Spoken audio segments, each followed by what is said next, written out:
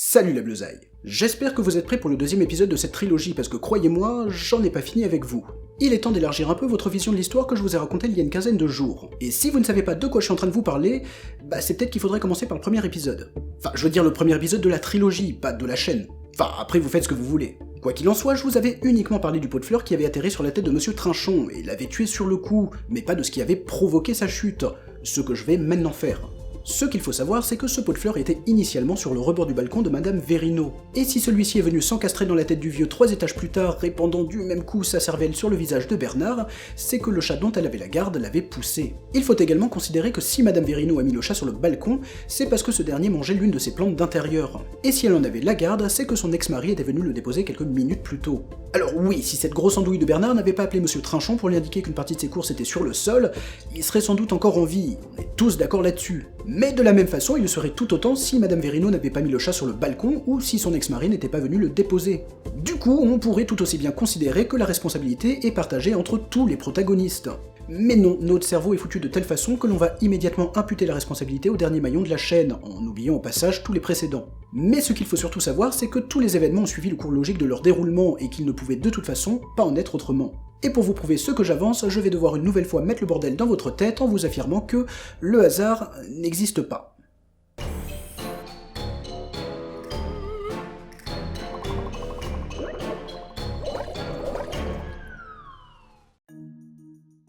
Encore une fois, la plupart d'entre vous sont persuadés de faire leur propre choix, et ce de manière parfaitement spontanée. Et ça se comprend, parce que renoncer à cette idée, quelque part, c'est renoncer à une certaine forme de liberté. Il est même assez courant que vous preniez des décisions qui vous semblent arbitraires, c'est-à-dire non dictées par quelques règles ou contraintes, et dépendantes de votre seule volonté. Et ça, bien sûr, c'est des grosses conneries. En mathématiques, il existe une théorie nommée théorie du chaos. Celle-ci étudie le comportement des systèmes dynamiques très sensibles aux conditions initiales et se trouve être souvent illustrée par une métaphore que l'on nomme effet papillon. Vous avez tous déjà entendu au moins une fois cette fameuse interrogation: le battement d'aile d'un papillon au Brésil peut-il provoquer une tornade au Texas ? Eh bien celle-ci est le fruit d'Edward Lorenz, un scientifique américain spécialisé dans l'étude des phénomènes climatiques, et fut exprimé par ce dernier lors d'une conférence en 1972. Ce dernier, en intitulant son article de cette manière, avait peur de créer la confusion dans les esprits, et en juger par le traitement qui en est fait aujourd'hui, il avait sans doute raison. Bien évidemment que non, le seul battement d'aile d'un papillon ne peut en aucun cas déclencher une tornade, et ce, où que ce soit dans le monde. Ce que voulait exprimer Lorenz avec ce titre un peu provocateur, c'est qu'un événement, même infime, peut contribuer à une conséquence qui le dépasse totalement en proportion. C'est un peu comme si vous remplissiez un verre d'eau à ras-bord, puis que vous fassiez tomber une goutte pour le faire déborder. Le débordement n'est pas dû à cette goutte précise, c'est le cumul de toutes les gouttes qui constituent le verre d'eau qui en sont responsables, et ce, à part égale. Mais comme je vous l'ai dit en préambule, l'esprit humain est fait de telle sorte que nous allons considérer que cette dernière goutte est plus particulièrement responsable. Alors qu'en fait, non. Mais ce qui est intéressant avec les systèmes dits chaotiques, c'est que ces derniers sont très sensibles aux conditions initiales. Par exemple, si on prend une planche de Galton et qu'on lâche une bille, celle-ci va heurter le premier clou avec une certaine vitesse, un certain angle, et rebondira dans une direction pour aller heurter un nouveau clou, et ainsi de suite jusqu'à terminer sa course dans un emplacement plus bas. Mais si on refait exactement la même chose, même en prenant soin de la placer au même endroit et sans lui donner d'élan supplémentaire, les chances qu'elle ait le même comportement est infinitésimale. Et ce parce que les conditions de départ, même si elles nous semblent être les mêmes, possèdent d'infimes variations qui au final donneront des résultats totalement différents, voire opposés. Ce qui est encore plus intéressant, c'est qu'en lâchant une grande quantité de billes, il est possible de prédire leur répartition globale qui prendra toujours la forme d'une courbe de Gauss. Mais de manière individuelle, il est parfaitement impossible de déterminer quel sera l'emplacement final de chaque bille. Ce qu'il est maintenant important de comprendre, c'est que le déroulé de notre existence peut de la même façon être considéré de manière globale pour en déduire une forme, mais qu'individuellement il est totalement impossible d'en prédire un comportement. Notre vie entière repose sur un système chaotique.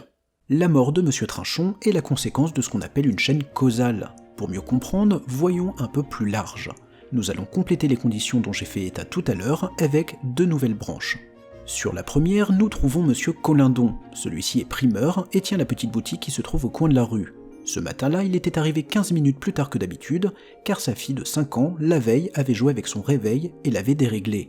En ouvrant sa devanture, il avait dérangé un pigeon qui dormait tranquillement, pigeon qui partit se nicher sur le balcon de Madame Verino au moment où le chat sortait. Et si ce dernier fit tomber le pot de fleurs, c'est en voulant attraper le volatile. Sur la seconde, nous trouvons Madame Dulieu, voisine de Madame Verino, et qui la veille avait offert à cette dernière un beau carnéat pour la remercier de l'avoir aidé à remplir sa feuille d'impôt. Beau carnéat que le chat s'appliquait à manger avant d'être mis sur le balcon. La situation au départ déjà complexe le devient alors davantage puisque tout aurait été différent si Monsieur Colindon n'avait pas été en retard à cause de sa fille et si Madame Dulieu avait su remplir elle-même sa feuille d'impôt. En fait, c'est la convergence des événements de ces trois branches qui ont abouti à la mort de Monsieur Trinchon. Et encore là, je ne vous parle que des causes directes, mais je pourrais tout aussi bien vous expliquer la raison pour laquelle la fille de Monsieur Colindon jouait avec son réveil, ou encore pourquoi ce pigeon a spécifiquement choisi cette terrasse. Les différents facteurs qui ont conduit à ce drame sont si nombreux qu'il est absolument impossible d'en démêler les fils. Vous devriez comprendre pourquoi le fait que Bernard se sente responsable est particulièrement ridicule, ce n'est qu'un facteur parmi beaucoup d'autres. Bernard est un battement d'aile de papillon au Brésil. Il existe en philosophie une notion selon laquelle chaque événement est déterminé en vertu du principe de causalité, du passé et des lois de la physique, le déterminisme. Considérons un simple lancer de dés. A priori, il est totalement impossible d'en prédire le résultat, et on estime qu'il possède une chance sur 6 de tomber sur chaque nombre. C'est ce qu'on appelle le hasard. Maintenant, analysons les choses de façon pragmatique. Le résultat est en fait le fruit d'un ensemble de facteurs, nombreux et complexes, dans lequel on pourrait lister la matière et la forme du dé, son usure, son angle initial, sa vitesse, le frottement de la main à sa surface, la viscosité de l'air, la matière de la surface sur laquelle il est lancé, l'inertie des deux matériaux qui entrent en contact l'un avec l'autre, etc., etc. Et c'est l'ensemble de ces causes qui engendre un résultat qui est prédictible. En fait, le hasard ne veut absolument rien dire en soi. Ce que nous évoquons couramment par ce terme est une façon d'exprimer notre frustration de ne pouvoir intellectuellement considérer, interpréter et prévoir l'ensemble des paramètres qui conduiront la somme des causes à sa conséquence. Si une machine était capable de reproduire exactement le même lancer, alors il serait tout à fait possible d'en prédire le résultat. Le hasard n'existe pas, c'est un mot inventé de toutes pièces pour simplement dire qu'on ne peut pas prévoir quelque chose, rien de plus. De manière parfaitement factuelle, une conséquence est seulement la résultante d'une ou plusieurs causes et se trouve donc être par nature et par conséquent totalement prédictible. En fait, aujourd'hui, la science, dans sa définition la plus large, est déterministe, et le seul et unique cas où ce n'est pas vérifié est issu de phénomènes quantiques, comme c'est le cas par exemple dans l'étude des cas de désintégration nucléaire ou des ondes électromagnétiques. Mais la plupart des scientifiques s'accordent à dire que cela est simplement dû à un manque de connaissances de notre part. En fait, la notion même de hasard dépend totalement de l'information disponible quant à une situation donnée. Pour prendre un exemple concret, la météo ou la médecine étaient des domaines, il n'y a encore pas si longtemps comparativement à l'histoire de nos civilisations, considérés comme le fruit du hasard ou attribués à la seule volonté des divinités. Encore une fois, le hasard n'existe pas et ne veut rien dire. Alors bien sûr, tout n'est pas du ressort des mathématiques. Si l'ex-mari de Madame Verino en est venu à lui confier son chat pour les vacances, c'est grâce à une suite de facteurs autres. On pourrait évoquer le fait qu'il considère son ex-compagne comme digne de confiance, ou encore le fait que malgré leur séparation, leur entente reste cordiale. Et même si ces relations semblent moins prédictibles que des lois physiques, chaque décision que nous prenons est initiée par un algorithme résultant de différents facteurs sociaux et moraux. Ce qu'il est intéressant de se demander, c'est si avoir conscience de ce fait changera ou non vos futures décisions. Peut-être qu'après avoir vu cet épisode, vous irez comme chaque dimanche à 7h engloutir un gros muffin. Mais peut-être également serez-vous tenté de ne justement pas le manger, pensant aller à l'encontre de ce qu'avait prévu l'univers pour vous. Mais si tout ceci n'était qu'un piège, que regarder cette émission vous incitait à ne pas le manger, et que vous deviez du coup réellement le manger, ou pas. Et oui, comment au final être bien sûr que vos décisions sont bien les vôtres? Mais pas évident, hein. Cet exemple, même un peu idiot, montre bien que chacune de vos décisions repose sur un processus réflexif et sur une action physique ou sociale, et que rien n'arrive donc jamais par hasard. Dans tous les cas, il y a de fortes chances pour que mon intervention ait influencé des millions de mangeurs de muffins. Des centaines? Bon, de toute façon, on n'est pas là pour parler des audiences de cette chaîne. Mais ce qui est encore plus important de comprendre, c'est que cette chaîne de causalité peut être remontée aussi loin que notre univers existe. On pourrait par exemple considérer que Bernard s'est retrouvé à cet endroit et à cet instant précis, car je l'ai embauché quelques années plus tôt. On pourrait également remonter plus loin et mettre en cause la domestication du chat il y a 5000 ans, ou même incriminer il y a 66 millions d'années la chute d'une météorite sur le Yucatan, précipitant la disparition des dinosaures. Est-il réellement possible de considérer cette météorite et la configuration spatiale de notre univers comme responsable de la mort de Monsieur Trinchon ? Eh bien oui, en quelque sorte je suppose. Selon la théorie du chaos, un changement même infime durant le Crétacé aurait des répercussions irrémédiables sur notre présent. Si on remontait la chaîne de la causalité, celle qui englobe l'ensemble de notre réalité, on pourrait remonter jusqu'au Big Bang.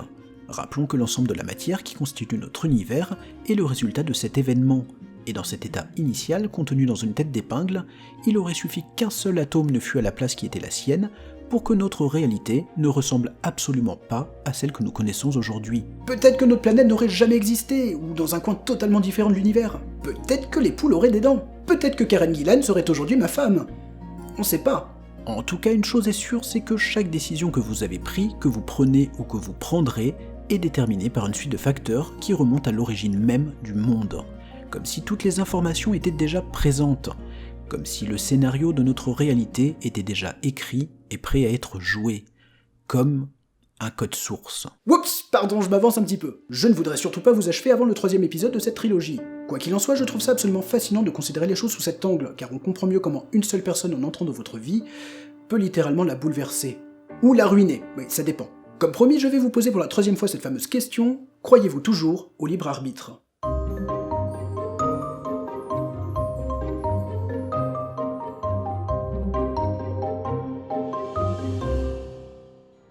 La 2e pierre de cette trilogie est désormais posée, et la prochaine fois nous aborderons la dernière ligne droite, la plus importante. Comme toujours, j'espère que vous ressortirez de cette émission un peu moins nigo que vous ne l'étiez avant. N'oubliez jamais qu'une bonne réflexion s'accompagne toujours d'une bonne pipe. Moi, je vous dis à dans 15 jours, ciao!